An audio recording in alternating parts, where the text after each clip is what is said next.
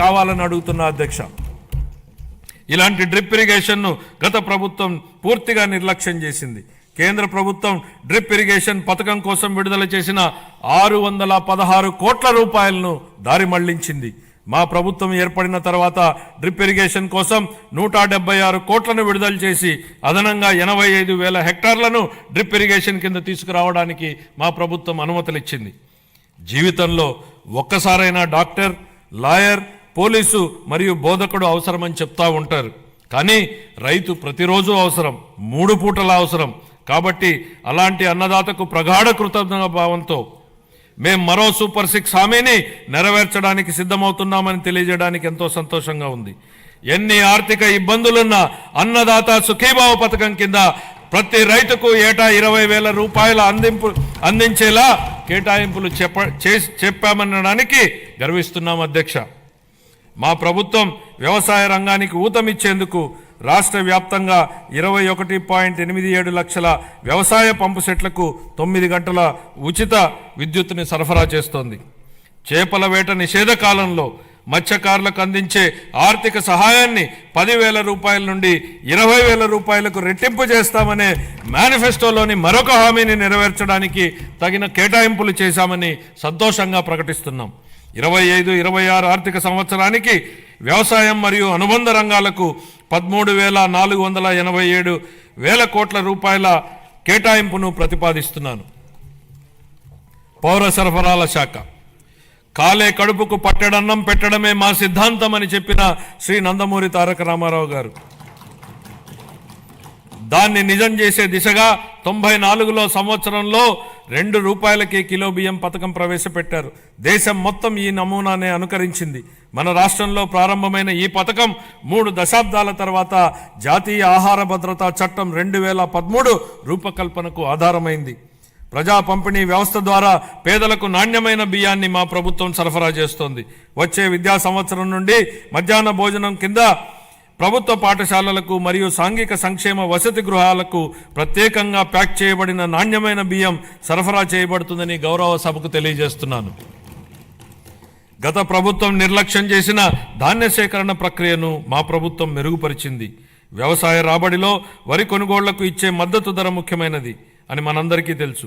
2024 ఖరీఫ్ కాలానికి గాను 5.50 లక్షల మంది రైతులకు 32.7 లక్షల మెట్రిక్ టన్నుల ధాన్యం కొనుగోళ్లకు గాను మా ప్రభుత్వం 7,564 కోట్ల రూపాయలను 48 గంటల్లోనే చెల్లించడం జరిగిందని గౌరవ సభకు తెలియజేస్తున్నాను.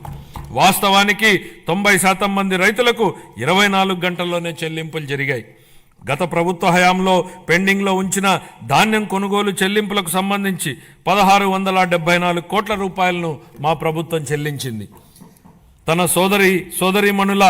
సోదరీమణుల వంటింటి కష్టాల నుండి గట్టెక్కించడానికి మన గౌరవ ముఖ్యమంత్రి గారు 1999 సంవత్సరంలో దీపం పథకాన్ని తెచ్చారు.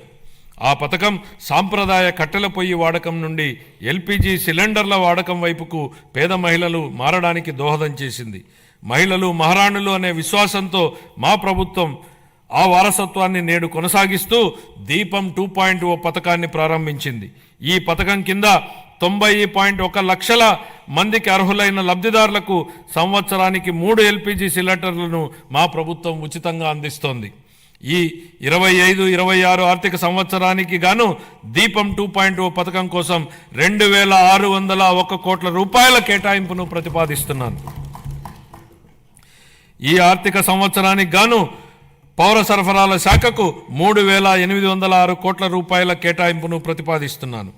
సంక్షేమ రంగం ప్రజలకు సామాజిక సంక్షేమాన్ని అందించడమే అధికారం యొక్క ఏకైక విధి బెంజమిన్ డిస్రేలి అన్నారు. స్వర్ణాంధ్ర విజన్ 2047 లక్ష్యాలకు అనుగుణంగా మేనిఫెస్టోలో ఇచ్చిన మా హామీలను అమలు చేస్తూ బడుగు బలహీన వర్గాల సంక్షేమానికి మా ప్రభుత్వం పెద్దపీట వేస్తోంది. వృద్ధులను ఓటు బ్యాంకుగా పరిగణించకుండా వారి జీవితాలకు ఆసరా కల్పించడాన్ని మా ప్రభుత్వం ఒక సామాజిక బాధ్యతగా భావించి మన గౌరవ ముఖ్యమంత్రి గారు సామాజిక భద్రతను ఆర్థిక కోణంలో కాకుండా మానవతా దృక్పథంతో చూస్తూ లక్షల కుటుంబాలకు పెద్ద కొడుకుగా మారి 35 రూపాయలతో ప్రారంభమైన పింఛన్ను ఎన్టీఆర్ భరోసా పింఛన్ల పేరుతో ఇప్పుడు 4,000 రూపాయలకు పెంచడం జరిగింది. దేశంలోనే అత్యధిక సామాజిక భద్రతా పెన్షన్లు ఇస్తున్న రాష్ట్రం మన రాష్ట్రమే. మేనిఫెస్టోలో ఇచ్చిన హామీ మేరకు ఎన్టీఆర్ భరోసా పథకంలో భాగంగా మా ప్రభుత్వం పెన్షన్లను వివిధ విభాగాలలో 4,000 రూపాయల నుండి 15,000 రూపాయల వరకు లబ్ధిదారులకు అందిస్తూ నిజమైన సంక్షేమానికి ఆదర్శంగా నిలుస్తోంది. షెడ్యూల్ కులాలు మరియు తెగల విద్యార్థులకు విద్యా, సామాజిక భద్రత మరియు ఆర్థిక సాధికారతలపై మా ప్రభుత్వం దృష్టి సారించి వారి కోసం ప్రీ మెట్రిక్, పోస్ట్ మెట్రిక్ ఉపకార వేతనాలను అందిస్తోంది. మా ప్రభుత్వం మొత్తం 27.39 లక్షల మంది షెడ్యూల్ తెగల సామాజిక ఆర్థిక అభివృద్ధికి కట్టుబడి ఉంది. దీనిలో 4.93 లక్షల మంది బలహీన గిరిజనులకు మా ప్రభుత్వం ఐటీడీఏ ప్రాంతంలోని గిరిజనుల విద్య, వైద్యం, మౌలిక సదుపాయాలు, జీవనోపాధి, నైపుణ్యాభివృద్ధి, స్వయం ఉపాధి వంటి వివిధ రంగాలలో సంక్షేమం మరియు అభివృద్ధి కార్యక్రమాలను అమలు చేయడం ద్వారా వారి ఉన్నతికి దోహదపడుతోంది. ఇమాంలు, మౌజన్లు గౌరవ వేతనంగా ఇవ్వవలసిన 90 కోట్ల రూపాయలను 1 సంవత్సరం పాటు గత ప్రభుత్వం చెల్లించలేదు. మా ప్రభుత్వం వచ్చిన తర్వాత వారికి గౌరవ వేతనాన్ని 15,000 రూపాయల చొప్పున చెల్లించాం. నిర్వీర్యమైన వక్ఫ్ బోర్డుని పునరుద్ధరించాం. మద్యం లైసెన్సుల్లో 10% కల్లు గీత కార్మికులకు కేటాయించడం జరిగింది. ధూపదీప నైవేద్యాలకు 10,000 మరియు అర్చకులకు కనీస గౌరవ వేతనాన్ని 15,000కు పెంచాం. ఇంతేకాకుండా పేదలపై భారాన్ని తగ్గించడానికి దారిద్ర్య రేఖకు దిగువనున్న ఎస్సీ, ఎస్టీ కుటుంబాలకు నెలకు 200 యూనిట్ల ఉచిత విద్యుత్తును మా ప్రభుత్వం అందిస్తోంది. అలాగే దారిద్ర్య రేఖకు దిగువన ఉన్న వెనుకబడిన తరగతులకు చెందిన చేనేత అన్నలకు, నాయి బ్రాహ్మణుల సెలూన్లకు ఉచితంగా విద్యుత్తును అందిస్తున్నాం. చేతి వృత్తులు, హస్త కళాకారులు, ఇతర సాంప్రదాయ వృత్తుల వారికి గతంలో అండగా నిలిచిన ఆదరణ పథకాన్ని పునఃప్రారంభిస్తున్నాం. ఈ పథకం అందించే పనిముట్లు మరియు ఉపకరణాల వినియోగంతో ఉత్పాదకత పెరిగి స్థిరమైన ఆదాయం పొందడానికి దోహదపడుతుంది. 25-26 ఆర్థిక సంవత్సరానికి షెడ్యూల్ కులాల సంక్షేమం కోసం 20,281 కోట్ల రూపాయలను, షెడ్యూల్ తెగల సంక్షేమం కోసం 8,159 కోట్ల రూపాయలు, వెనుకబడిన వర్గాల సంక్షేమం కోసం 47,456 కోట్ల రూపాయలను, అల్పసంఖ్యాక వర్గాల సంక్షేమం కోసం 5,434 కోట్ల రూపాయల కేటాయింపును ప్రతిపాదిస్తున్నాను. మహిళాభివృద్ధి మరియు శిశు సంక్షేమం. అసంబద్ధ సామాజిక కట్టుబాట్లను ధిక్కరించి భారతదేశంలో తొలి మహిళా ఉపాధ్యాయులుగా గుర్తింపు పొందిన శ్రీమతి సావిత్రిబాయి పూలే ఈ విధంగా అన్నారు: ఒక మహిళకు సాధికారత కల్పిస్తే మొత్తం సమాజాన్నే ఉద్ధరించినట్లవుతుంది. మా నాయకుడు గౌరవ ముఖ్యమంత్రి శ్రీ నారా చంద్రబాబు నాయుడు గారు ఈ సిద్ధాంతాన్ని దృఢంగా విశ్వసించి స్వయం సహాయక సంఘాల ద్వారా మహిళలకు సాధికారత కల్పించిన మొదటి వ్యక్తి. వంటగదికే పరిమితమైన మహిళలు స్వయం సహాయక సంఘాల ద్వారా సామాజిక ఉద్యమంలో భాగస్వాములయ్యారు. మన రాష్ట్రం స్వయం సహాయక సంఘాల ఉద్యమానికి పర్యాయపదంగా దేశానికి ఆదర్శంగా నిలిచింది.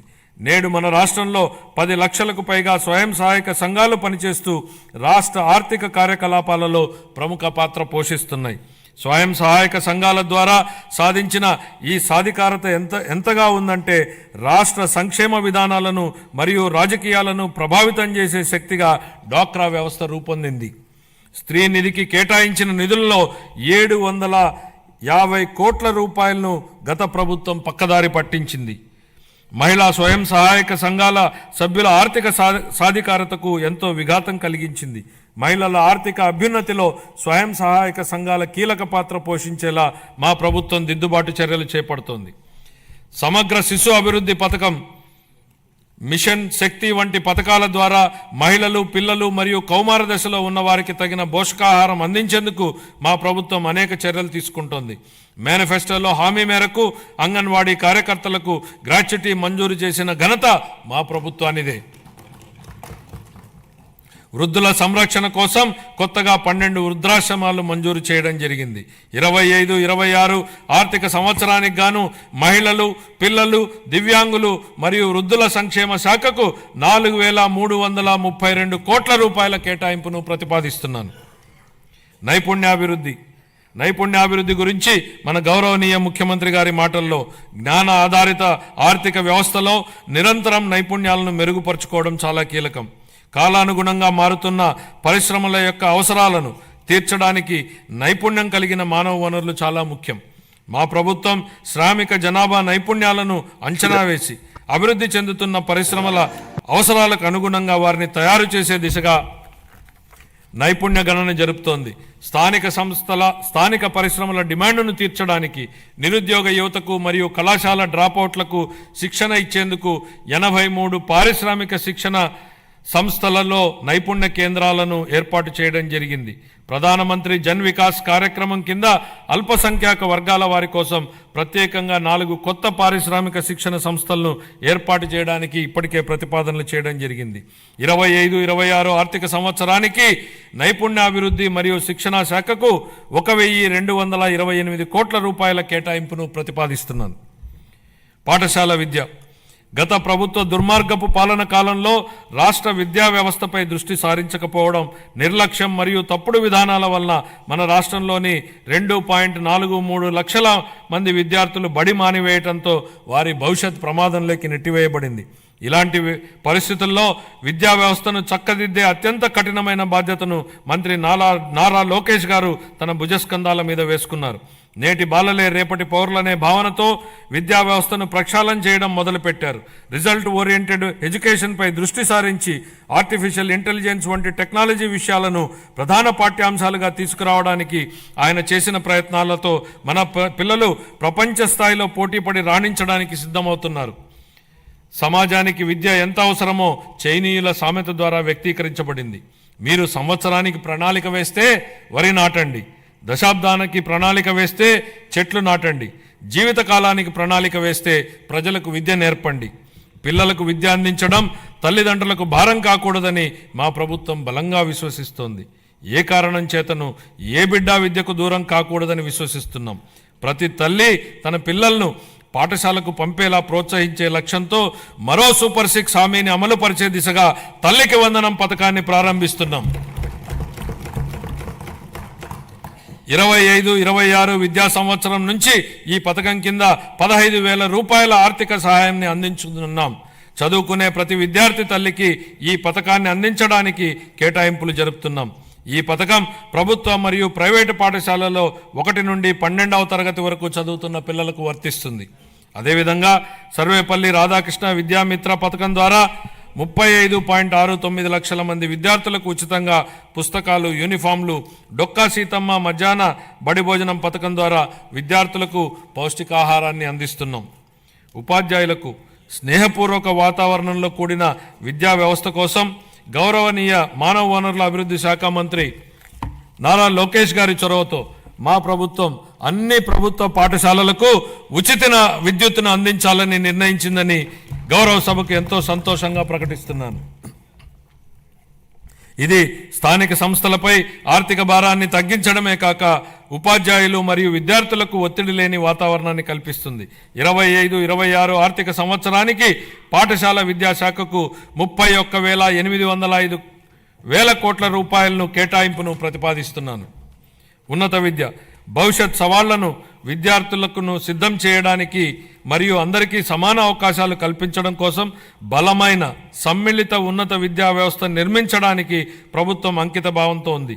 ఈ కార్యక్రమం కింద మల్టీ డిసిప్లినరీ విద్య మరియు పరిశోధన విశ్వవిద్యాలయాల స్థాపన, పాలిటెక్నిక్ విద్యలో క్రెడిట్ ఆధారిత వ్యవస్థను ప్రవేశపెట్టడం, అధునాతన తరగతి గదులు, ప్రయోగశాలలు, డిజిటల్ లైబ్రరీలతో విద్యాలయాలను ఆధునీకరించడం వంటి కీలక నిర్ణయాల ద్వారా మన విద్యార్థులను అంతర్జాతీయ ప్రమాణాలకు అనుగుణంగా తయారు చేస్తున్నాం. ప్రపంచవ్యాప్తంగా ఉన్న ప్రముఖ 100 విశ్వవిద్యాలయాల్లో మన రాష్ట్ర విశ్వవిద్యాలయాలను నిలపడమే మేము లక్ష్యంగా పెట్టుకున్నాం. 25-26 ఆర్థిక సంవత్సరానికి గాను ఉన్నత విద్యాశాఖకు 2,506 కోట్ల రూపాయలను కేటాయింపును ప్రతిపాదిస్తున్నాను. ఆరోగ్య రంగం. గత ప్రభుత్వ పాలనలో ఆరోగ్య రంగం పూర్తిగా నిర్లక్ష్యానికి గురి అయిన విషయాన్ని మనం చూసాం అధ్యక్ష. సకాలంలో చెల్లింపులను చేయకపోవడంతో మందుల కొరత, సౌకర్యాల కొరత, సేవల కొరతకు కారణమైంది అధ్యక్ష. వైద్య రంగంలో దాదాపు 6,400 కోట్ల రూపాయల బకాయిలను వారసత్వంగా ఇచ్చారు అధ్యక్ష. దీనిలో 1,624 కోట్ల రూపాయలను చెల్లించి తిరిగి గాడిలో పెట్టేటువంటి ప్రయత్నాలు ప్రారంభించాం. నిర్లక్ష్యానికి గురైన వైద్యారోగ్య రంగాన్ని గాడిలో పెట్టడమే కాకుండా ఈ శాఖకు సంబంధించి ప్రజారోగ్యానికి సంబంధించి మేనిఫెస్టోలో ఇచ్చిన హామీలను అమలు చేస్తున్నాం. దీనిలో భాగంగా ఇప్పటికే ఉన్న ఎన్టీఆర్ వైద్య సేవ పథకానికి తోడుగా ప్రతి కుటుంబానికి నాణ్యమైన వైద్య సేవలు అందించేందుకు పేద మధ్యతరగతి ప్రజలకు ఆసుపత్రులకు వెళ్లిన వెంటనే ఎటువంటి ఇబ్బంది లేకుండా కార్పొరేట్ వైద్యం అందేలా పథకాన్ని రూపొందించాం. దీనిలో భాగంగా ప్రతి కుటుంబానికి 25 లక్షల రూపాయల ఆరోగ్య బీమా పథకాన్ని అందుబాటులోకి తీసుకొచ్చేందుకు మా ప్రభుత్వం ప్రణాళికలు చేపట్టింది. ఈ ఏడాదిలోనే ఈ పథకాన్ని అమల్లోకి తేనున్నాం. దీంతో పాటు ఆసుపత్రుల్లో మందుల సరఫరా, మెరుగైన వైద్య సేవలు, పారిశుద్ధ్యం వంటివి ఇప్పటికే చేపడుతున్నాం అధ్యక్ష. 25-26 ఆర్థిక సంవత్సరానికి వైద్య ఆరోగ్య మరియు కుటుంబ సంక్షేమ శాఖకు 19,264 కోట్ల రూపాయల కేటాయింపును ప్రతిపాదిస్తున్నాను అధ్యక్ష. పంచాయతీరాజ్ మరియు గ్రామీణాభివృద్ధి. గ్రామాలు శక్తి సంపన్నమై స్వయం సమృద్ధి మరియు సాధికారతలతో తొలతూగకపోతే దేశాభివృద్ధి అసంపూర్తిగానే ఉండిపోతుంది. దీన్ దయాళ్ ఉపాధ్యాయ అన్న మాటలు అధ్యక్ష. గ్రామీణ ప్రాంతాల అవసరాలను తీర్చాల్సిన గురుతర బాధ్యతను గత ప్రభుత్వం విస్మరించింది.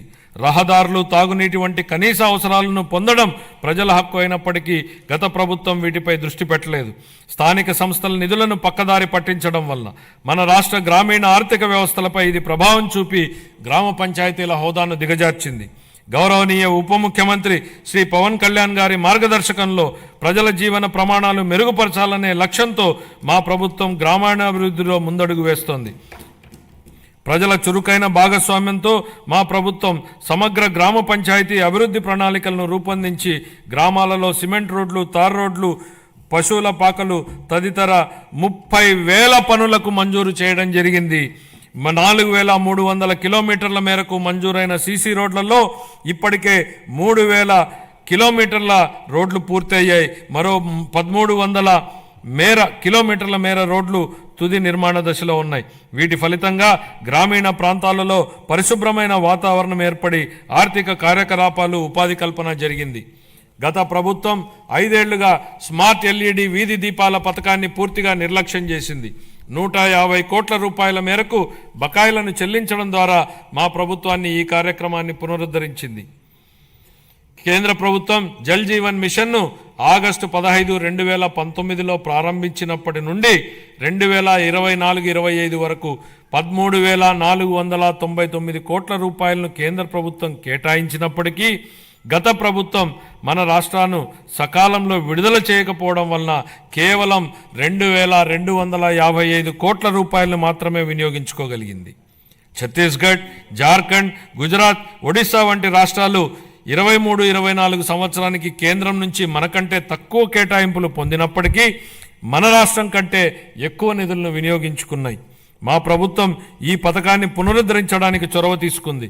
మా ప్రభుత్వ అభ్యర్థన మేరకు ఈ పథకం గడువును 2028 వరకు పొడిగించిన కేంద్ర ప్రభుత్వానికి ఈ గౌరవ సభ ద్వారా ధన్యవాదాలు తెలియజేస్తున్నాను.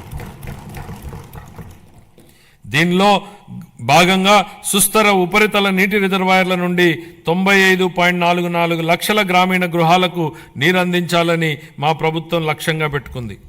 మహాత్మా గాంధీ జాతీయ గ్రామీణ ఉపాధి హామీ పథకం కింద 45.3 లక్షల కుటుంబాలకు చెందిన 72 లక్షల మందికి ఉపాధి కల్పించడం జరిగింది.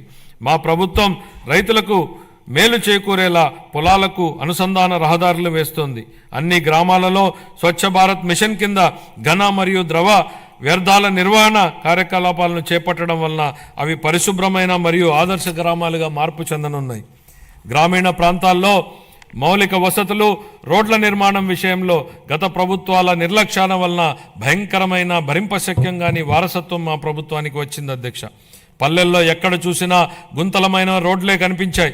వంతెనలు లేక కనెక్టివిటీ లేని గ్రామాలకు అనుసంధానం ఏర్పడుతున్న ఈ రోజుల్లో రోడ్లు సరిగా లేక గ్రామాలకు అనుసంధానం లేని పరిస్థితి గత ప్రభుత్వంలో ఏర్పడింది. ప్రధానమంత్రి గ్రామీణ సడక్ యోజన, ఆంధ్రప్రదేశ్ గ్రామీణ రహదారుల అనుసంధాన మరియు ప్రాజెక్టు మరియు జాతీయ వ్యవసాయ మరియు గ్రామీణాభివృద్ధి బ్యాంకు నిధుల కింద ఈ రోడ్లను అభివృద్ధి చేసే ప్రయత్నాలను ప్రారంభించాం. అన్ని వాతావరణ పరిస్థితులను తట్టుకోగలిగే రహదారులను నిర్మించి అనుసంధానతను కల్పించే దిశగా PM జన్మన్ పథకం మన రాష్ట్రంలో అమలు చేయబడుతోంది. 2025-26 ఆర్థిక సంవత్సరానికి గాను పంచాయతీరాజ్ మరియు గ్రామీణాభివృద్ధి శాఖకు 18,847 కోట్ల రూపాయల కేటాయింపును ప్రతిపాదిస్తున్నారు. పట్టణాభివృద్ధి వేగంగా పెరుగుతున్న జనాభా దృష్ట్యా సమర్థవంతమైన పట్టణ ప్రణాళికను రూపొందించడం చాలా ముఖ్యం. పెరుగుతున్న పట్టణీకరణ అవసరాలను తీర్చడానికి అనుగుణంగా అభివృద్ధి చెందుతున్న నగరాలు మౌలిక సదుపాయాలను కలిగి ఉండాలి. రాష్ట్రాన్ని సర్వనాశనం చేసేలా ప్రణాళికాబద్ధంగా వికేంద్రీకరణ మంత్రాన్ని జపించిన గత ప్రభుత్వం బిల్లుల చెల్లింపుల విషయానికి వచ్చేటప్పటికి మాత్రం కేంద్రీకృత విధానాన్ని అమలు చేసింది. ఉదాహరణకు మున్సిపాలిటీలలో చేసే చెల్లింపులను గత ప్రభుత్వం కేంద్రీకృతం చేసింది అధ్యక్ష. దీని ద్వారా స్థానిక స్వపరిపాలన స్ఫూర్తికి గత ప్రభుత్వం పాతరేసింది. మారుమూల మున్సిపాలిటీలో ఓ చిన్న మురుగునీటి కాలువ నిర్మాణానికి సంబంధించిన బిల్లులు సైతం రాష్ట్ర సచివాలయంలోని ఆర్థిక శాఖ కార్యదర్శి చెల్లింపులు జరిపే విధానాన్ని అమలు చేసింది. కేంద్రీకృత చెల్లింపుల విధానం నుంచి మున్సిపాలిటీలకు ఆర్థిక స్వేచ్ఛను కల్పించాలన్న గౌరవ ముఖ్యమంత్రి గారి ఆలోచనలకు అనుగుణంగా ఏప్రిల్ 1, 2025 నుండి మున్సిపాలిటీల బిల్లుల చెల్లింపును కేంద్రీకృత విధానం నుంచి వేరు చేసి బిల్లులు చెల్లించే అధికారాన్ని మున్సిపాలిటీలకే ఇస్తున్నాం. స్థానిక సంస్థలకు ఆర్థిక స్వేచ్ఛను కల్పించడం, వాటి పనితీరు మెరుగుపరచడానికి ఇదొక విప్లవాత్మక నిర్ణయం. ప్రజా రాజధాని అమరావతి. అసంబద్ధ రాష్ట్ర విభజన కారణంగా రాజధానిని కోల్పోయిన మన రాష్ట్రానికి అమరావతిని ప్రజా రాజధానిగా ఏర్పాటు చేసుకున్నాం. దీనికి ఆనాడు ఆమోదం తెలిపి అధికారంలోనికి రాగానే మాట మార్చారు. మాట మార్చడమే కాకుండా అమరావతి విధ్వంసానికి నడం బిగించారు. నాటి ప్రభుత్వ అరాచక విధానాలపై అమరావతి రైతులు పోరుబాటును ఎంచుకోవడం, తమని తాను కాపాడుకుంటూ ఈ రాష్ట్ర రాజధానిని కూడా కాపాడుకునేలా అమరావతి రైతులు చేసిన పోరాటాన్ని ఈ సందర్భంగా గుర్తు చేస్తున్నా అధ్యక్ష. తిరిగి రాష్ట్ర ప్రజల ఆకాంక్షలకు అనుగుణంగా రాజధాని పనులను పెద్ద ఎత్తున చేపట్టేందుకు సిద్ధంగా ఉన్నామని చెప్పడానికి సంతోషిస్తున్నాను అధ్యక్ష. రాజధాని అనేది ఓ ప్రాంతం కోసం కాదు, రాష్ట్ర అభివృద్ధి కోసం దోహదం చేసే గ్రోత్ ఇంజన్గా అమరావతిని తీర్చిదిద్దాలనేదే మా ప్రభుత్వ లక్ష్యం. మహారాష్ట్ర అభివృద్ధికి ముంబై ఎంత కీలకమో, తెలంగాణ అభివృద్ధికి హైదరాబాద్ ఎంత ముఖ్యమో, మన రాష్ట్ర ఆర్థిక వ్యవస్థను ముందుకు తీసుకెళ్లడానికి అమరావతి నిర్మాణం కూడా అంతే అవసరం. గౌరవనీయ ప్రధానమంత్రి శ్రీ నరేంద్ర మోడీ గారి సహకారంతో ప్రపంచ స్థాయి మౌలిక సదుపాయాలు, పెట్టుబడులు మరియు ఉపాధి అవకాశాలను కల్పించడం ద్వారా అమరావతిని ముంబై మరియు హైదరాబాద్లతో సరితూగే ఆర్థిక శక్తిగా అభివృద్ధి చేయడానికి మా ప్రభుత్వం కృషి చేస్తోంది. అమరావతిని విధ్వంసం చేసేందుకు నాటి పాలకులు చెప్పిన మాటలను ఈ సందర్భంగా గుర్తు చేయాలనుకుంటున్న అధ్యక్ష. రాజధాని నిర్మాణం కోసం అంత డబ్బులు ఇవ్వలేం కాబట్టే 3 రాజధానులు ఏర్పాటు అన్నారు. ఇవాళ మేం రాజధాని పనుల నిర్మాణం కోసం బడ్జెట్ నుంచి ₹1 కూడా కేటాయించలేదు అధ్యక్ష. కానీ రాజధాని పనులు ప్రారంభం కాబోతున్నాయి. మా ముఖ్యమంత్రి గారు చెప్పిన విధంగా అమరావతి సెల్ఫ్ సస్టైనబుల్ ప్రాజెక్ట్ అని నిరూపితమైంది. తనకు తానే ఆర్థిక వనరులు సంపాదించుకునే ప్రాజెక్ట్ అమరావతి అని కళ్ల ముందు కనపడుతోంది. ప్రపంచ బ్యాంకు, ఆసియా అభివృద్ధి బ్యాంకు మరియు హడ్కో వంటి ఆర్థిక సంస్థల సహకారంతో కేంద్ర ప్రభుత్వం ద్వారా అమరావతి నిధులు సమకూర్చుకునే ఏర్పాటును మా ప్రభుత్వం ఏర్పాటు చేసింది. దీంతో బడ్జెట్ సహాయం లేకుండానే స్వీయ పెట్టుబడి వనరులు కలిగిన రాజధాని నగర ప్రాజెక్టుగా అమరావతి మారింది. మా ప్రభుత్వం